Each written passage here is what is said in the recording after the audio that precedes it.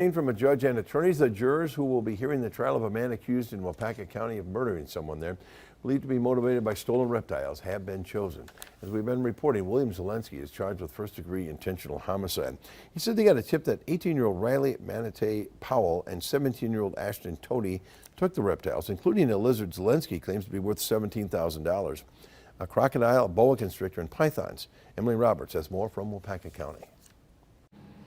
After spending more than 7 hours at the courthouse today, 12 jurors and 3 alternates are returning for the first day of witness testimony Monday. That includes 9 men and 6 women. And we're learning more about what that trial is going to look like. Witnesses testifying next week will include county sheriff's deputies, Waupaca police officers, and state crime analysts, among others.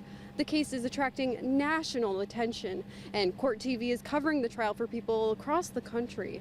The judge careful with his words in front of potential jury members because of how much attention the shooting has received. At least locally, it's a fairly well-known case, and it's agreed that I will reference the case simply as the case with the exotic reptiles and resulting in a confrontation on the street and the death of a young individual. Action 2 News is going to be inside the courtroom throughout the trial that's expected to last through next Friday. And we'll be the first to alert you as witnesses take the stand both on air and online. In Waupaca, Emily Roberts, Action 2 News.